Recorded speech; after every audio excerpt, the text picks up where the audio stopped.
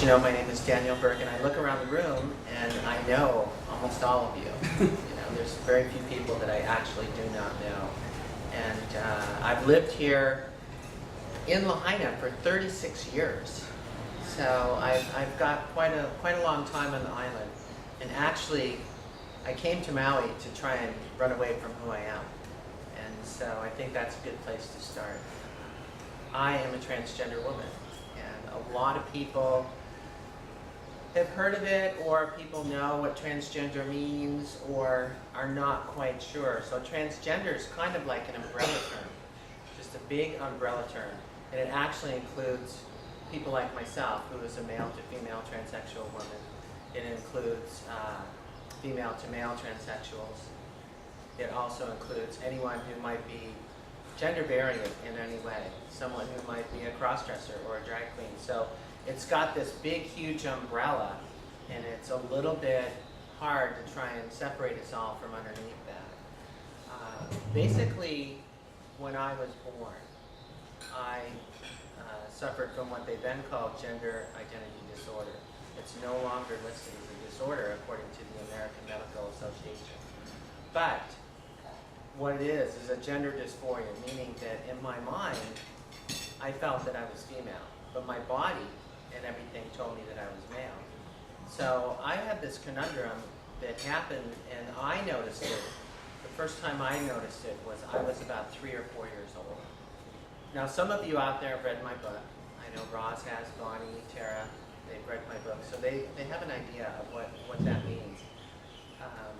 I'd like to read just a little bit from the very beginning of my book to tell you the conundrum that went on in my head. I used to tell my mother and get in arguments with my mother about the fact that, no, Mommy, I'm really a little girl. So this is from chapter 2. Whenever I spoke about my gender with my mother, she always dismissed it as silliness. After all, looking at it from her viewpoint, how could she actually take me seriously? The fact was, I had a penis between my legs. This did not stop me, though, from trying to persuade my mom. I remember an incident about a year later. I was 5 at the time. My baby sister Maureen, recently born, was almost a year old. We were in the kitchen, and my mother was giving my sister a bath in the kitchen sink. I asked if I could help. While Mom was bathing Maureen, I watched, and then I helped by handing her the soap and the washcloth. But all of a sudden, I noticed as Mom was rinsing my sister off, that something was different about her. I asked, Mommy, how come Maureen doesn't have a pee-pee? Well, Danny, said Mom, Maureen is a little girl. Little girls do not have pee-pees. I looked quizzically at my mother. But Mom, I have a pee-pee. I'm a little girl, I said with assurance. She looked back at me. Not this again, Danny. How many times have I told you? You're a boy. I don't care what you think in that little head of yours. You're a little boy. God made you into a little boy, and God does not make mistakes, she said to me firmly. I frowned. No, Mommy. God is trying to fool you and trying to fool me. I'm really a little girl. You'll see. I'm going to grow up like one. So I would have these conversations with my mother, and my poor mom, and, she was beside herself. And you have to remember, at 5 years old, this was 1957, right? So, the moms of that era, or the dads, they were not even equipped to have any idea what that was about. And unless they had read the paper maybe a couple years before about Christine Jorgensen, who was the first person that successfully went through a sex change operation, they would have no idea about it. So it was difficult. It was difficult growing up. And what I found was, even when I tried to quiz my friends about it, a little bit, like my guy friends, like just, we'd be hanging out and we'd be playing, and I would, maybe we'd be having some pop and we'd be watching like the clouds go by, and I might say, did you ever wish that when you were born that you were born a girl? And every single one of them would look at me and go, what are you, crazy? Why would you ever want to be a girl? And I'd be like, no, I'm not crazy. I just thought, and I would like make up some excuse for it at the time. So I realized not any other guys had this in their mind. Well, we came from a very religious family, and so religion played a big part of it. I grew up Catholic. And but God doesn't make mistakes. I became an altar boy, I did all those things. As I got closer to God, I thought, well, maybe I'm like Joan of Arc. Maybe I'm like a martyr, and that God will, at some point, transform me if I'm really good and do the very best I can and be the best boy that I can possibly be. Either God will get rid of those thoughts in my head, or one day I'll wake up and be a girl. And that's a lot of transgender people think that they might go to bed at night just as they are and then wake up in the morning as a girl, but it doesn't happen. As I got older, I turned to sports and athletics. I became a jock, and I needed to show my masculinity. I don't know if you guys know or read over the last, I think it was week and a half, Anderson Cooper interviewed Kristen Beck, who was a Navy SEAL. Kristen Beck is a transgender woman exactly like you, was a Navy SEAL for 20 years. She used to be on SEAL Team 6. So you can't get much more macho in this world than being a Navy SEAL, right? And that's what happens to a lot of us who are transgender, is because as we get older, we have this body, this male body. Most of us are usually heterosexual. In my case, I was attracted to women. And the fact of the matter is that we try to run away from who we are. So we spend our lives doing that. We think if we can do the most macho things, and we'll learn and know how to be a guy, and it'll be okay. It doesn't work like that. I spent my entire life trying to run away from myself. I know so many other transgender, transsexual women that were like firemen, that were like hunters, that were like forest rangers, that had all these really, that were policemen, all these really macho jobs, right? But still, the conundrum in the mind, in the body, it just doesn't go away. It never goes away. For me, I learned how to cope with it through drugs and alcohol, unfortunately. I became a big drinker in high school, and what I found was when I drank a lot and got drunk, I didn't have those obsessions in my head to be Danielle anymore. And so that was the way I coped. That's how I coped with life. It eventually got so bad after I got out of college that I was cutting work, and I was cross-dressing in the middle of the day, and I was almost getting caught by my family, and I was freaking out because I was 22 years old. And I thought, if I do get caught, what are they going to do? They're going to lock me in a loony bin. They're not going to believe what I'm talking about. Renee Richards hadn't even come out yet. I mean, there's still a movement going on, but I don't know about it. I have no idea. So after I graduated from college, I decided to move to Maui because I had a few friends of mine that had lived over here. And when I got here, unfortunately, drugs came into the picture. And I worked as a bartender in this town for like 25 years. And as like Blackie would say, I was part of that bartending mafia that could go into any bar in Lahaina and get a drink right at the bar, not even ask for it, and not have to pay for it either. And that was the way I coped. That's how I dealt with life.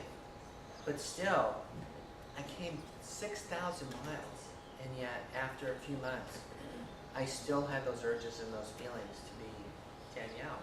I would grow facial hair.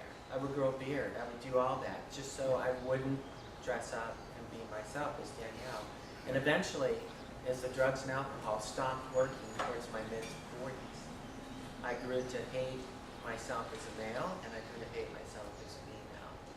And that's not a good place to be hating yourself.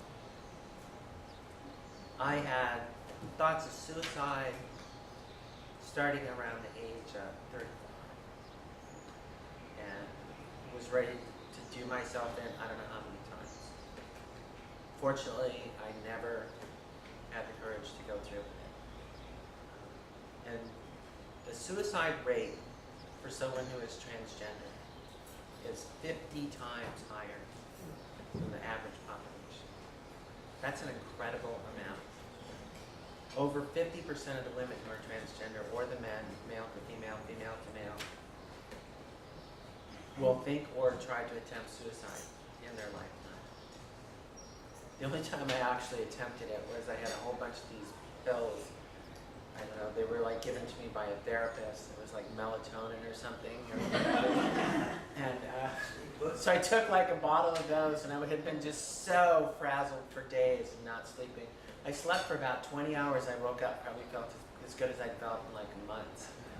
But that was my attempt to try and do something to get out of this world, because it's awful. My salvation came through sobriety. Everybody sees and finds their own way here. Mine came through sobriety. I had to get sober. I had to get clean and sober to be able to learn how to love myself enough as a male to become who I am as female. And I had tried therapy a lot of times. It never worked. There's different parts of the book which we'll talk about that. But the last time I drank was November 11th, 2001. And I went out one evening just to have dinner. And this will give you, I'll read really a couple of short paragraphs. This will give you the idea on how I used to drink.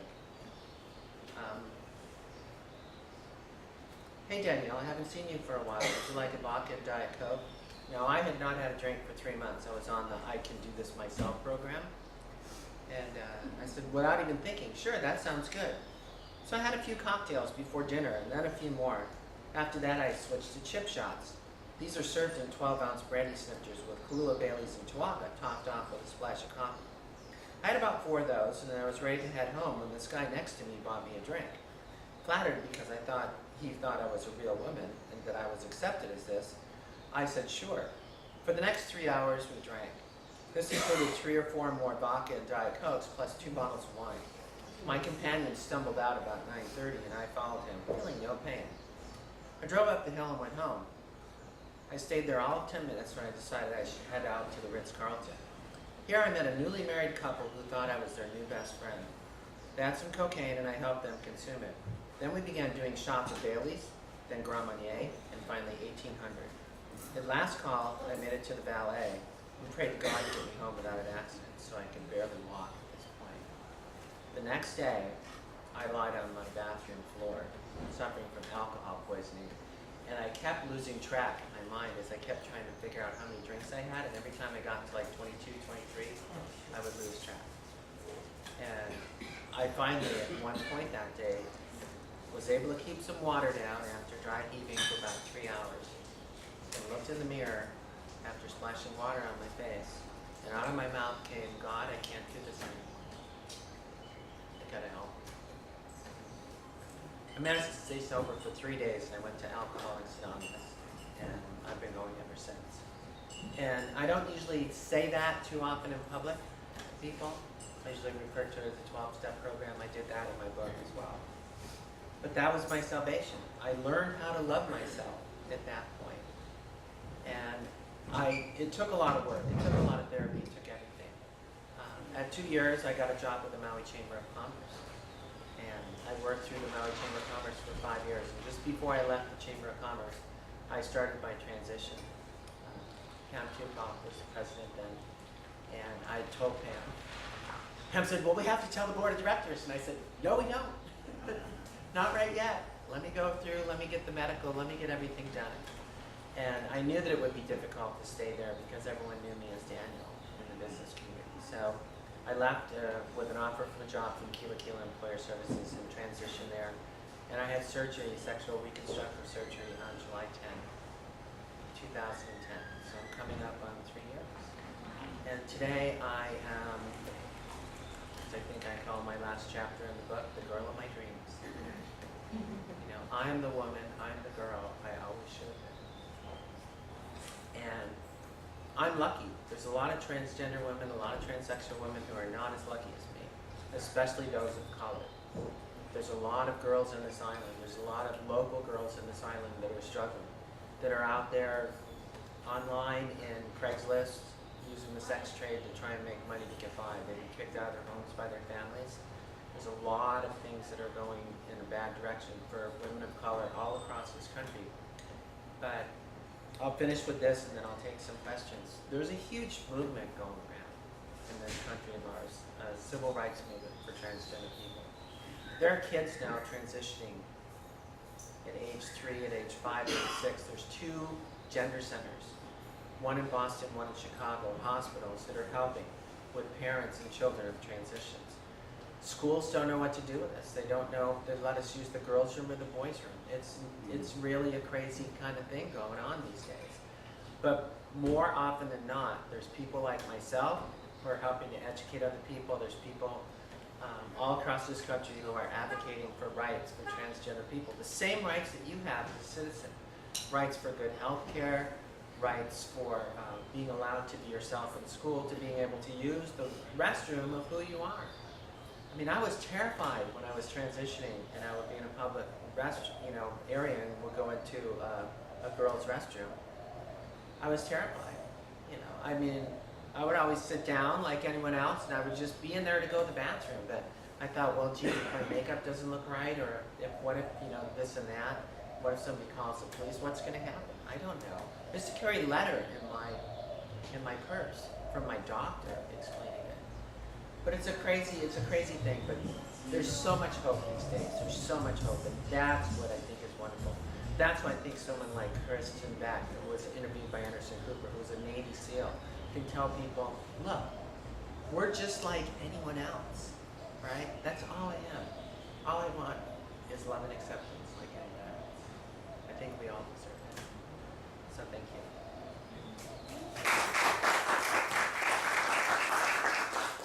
So questions? I'm sure there must be some. Yes? My best friend, Yvette, started life as Rain. 20 years ago, she changed over. And what you just described as what you went through, yeah, that's what I watched her do. She was in a place where she could fly. 20 years ago, it was as brutal. We're the same age, pretty close. It was brutal in Chicago, where she was. And she used to fly to Amsterdam just to spend time with women who would just let her be. So I hear you. And everything you described, I've walked. It's sad. They have parents just give up on them, and I watch that too. So. How is she doing today, may I ask? As far as I know, very well. Had to move to the coast, was a successful business person, had specialized software, so she had money. She was married, had a 5-acre place in Lake Forest, Illinois, did all the macho things, split amiably with wife, moved down to life. I'll tell you afterwards about how I found her. I'd love to talk to you after. I have 2 questions. Sure. First is, if we want to purchase your book, how do we do that besides here? Because I'm going to post it for our Facebook. Oh, okay, yes. I did bring some books with me today if anyone's interested in getting a copy after. But my books are at the Friends of the Library bookstore locally, so they're right across the street here. You can get them through Barnes & Noble as well. Also at the Friends of the Library bookstore over in Kahului. It's also on Amazon.com and Amazon Kindle. So you can order it anywhere of those. The second question is, to do your actual surgery, how long did it take, like that transition? Like, how long does that take? Well, the transition process is pretty involved. And there is a World Professional Association for Transgender Healthcare. It's called, in short, WIPAP. And they have certain standards that everyone needs to meet, and surgeons go by these standards. The very simplest way to explain it would be you have to a minimum of 1 year on hormones. It's highly suggested that you do electrology to get rid of the hair on your face, and then you also need to do some genital electrology as well before surgery. You have to show that you can make a living in the gender that you are, so have a job. And you have to have 2 letters of recommendation, one from either a gender therapist or psychologist and from a psychiatrist. So there's a lot of hoops. But I think that it's a good thing to have those hoops and to be there that way, is because it really helps. So for me it was, I think from the day I started was my last day at the chamber was the 18th. I had threw all my male clothes out the next day. So the 19th of April, 2008, and so I had surgery in 2010. So about 26 months for me. Other questions? Danielle, Yes. I know a couple of years ago you went back home to the mainland. Yes, Ann, I did. How is everything back there now? Well, when I first went home, it was very scary for me because I hadn't seen my family. They only knew about it. And it was, we were all nervous. I was nervous, they were nervous. I stopped to see, my mother has passed away, but my stepfather is still alive, and his wife, Winnie. And so we were having the whole gang over to their place. My sisters, my stepsisters, my stepbrothers. So I went there early to talk to them, just on their own. And it was awkward at first for them, and pronouns are the biggest problem that a transgender person has. People either who know me from years ago referring me to him, or he, or Breeze, which used to be my nickname, instead of she, or her, or Danielle. So, but at first it was hard, and even after the first visit, and the one thing I know is my family loves me, and that's the most important thing. I know they love me, they just want me to be happy. Most of them are embracing it now, a few years down the road. My brother, older brother, still won't talk to me about it, still won't discuss it, still considers me as his younger brother, and always will. That's what he told me. And so I can't do anything about that. But I'm blessed to have the rest of my family embrace it. And my stepfather told me an interesting story while we were sitting there waiting for the family. There was a lull and talking, and he looked at me and he said, you know, years ago, your cousin Mary came over and was having coffee with us. And she was asking your mother about me because you were dressing up when you were younger. Because her grandson was starting to do that. So she asked my mom, does Danny still do that? And my mother says, well, I don't know, he's in Hawaii now.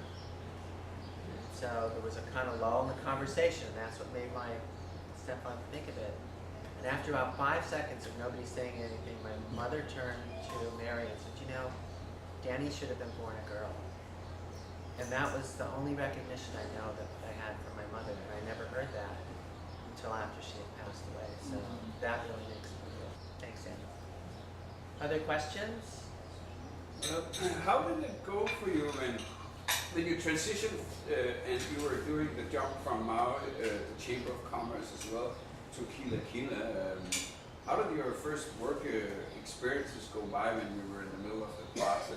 How was the acceptance level that you knew climbing the Kila Kila, and how did you feel the response was from people? I think in general, thanks Willie, he was wondering how the response was in the business community, I think, Yeah, for the yeah. people that knew me. The response was actually pretty good. Generally, everybody at a networking event or at a large event like that has to kind of be on their best behavior. And even some of the guys who are a little uncomfortable about me and my transition were still very nice to me. There was one guy, it was a terrible situation. It was a chamber business after hours. It was the first one I went to after not working at the chamber. And he had seen me, and he thought I was like just dressed up as a girl just as a joke, and he started laughing at me. And I just stood there, not quite knowing what to do. And Michael Borelli had been standing there, and he came over and put his arm around me and gave me a big kiss. He goes, come on over and sit with us, Danielle. You look absolutely great today. And I was able to breathe. And then the gentleman apologized to me later because he realized what had been going on. But for the most part, everything was really pretty good. You know, I have to say Maui's a wonderful community. It really is. It really is. The only thing I did notice, and I've said this before in a couple places, is some of the businessmen that I knew that kind of, you know, when I was the director of sales at the chamber, I was kind of part of that boys club, you know, and they'd all talk to me. And after, it was like, all of a sudden I wasn't quite as smart anymore. Like maybe we can't really discuss this with her. She probably won't get it. So I just thought that was such an incredibly weird thing. And I've noticed one of the things I noticed was that, you know, whether guys know it or not, there's a thing called male privilege. And, you know, I willingly gave that up to be who I am today. So thank you, Uli. That was a great question. So I'm looking at my clock. I'm being pretty good. It's exactly 25 minutes. So I'd love to sell a book to someone if you want to read it. I have them here. I'd be glad to sign it and endear it to you. They're $20. And I really, really thank you for allowing me to come here today and speak. I'm kind of on the Rotary tour. I've been to Central Maui at first, was the first time I spoke in February, and then to Kihei Rotary back in May, and now here with you folks in Lahaina. So I guess I need to go up country next time. I'm going to call Sarah Rupethal and see what's going on with that. So thank you, everyone.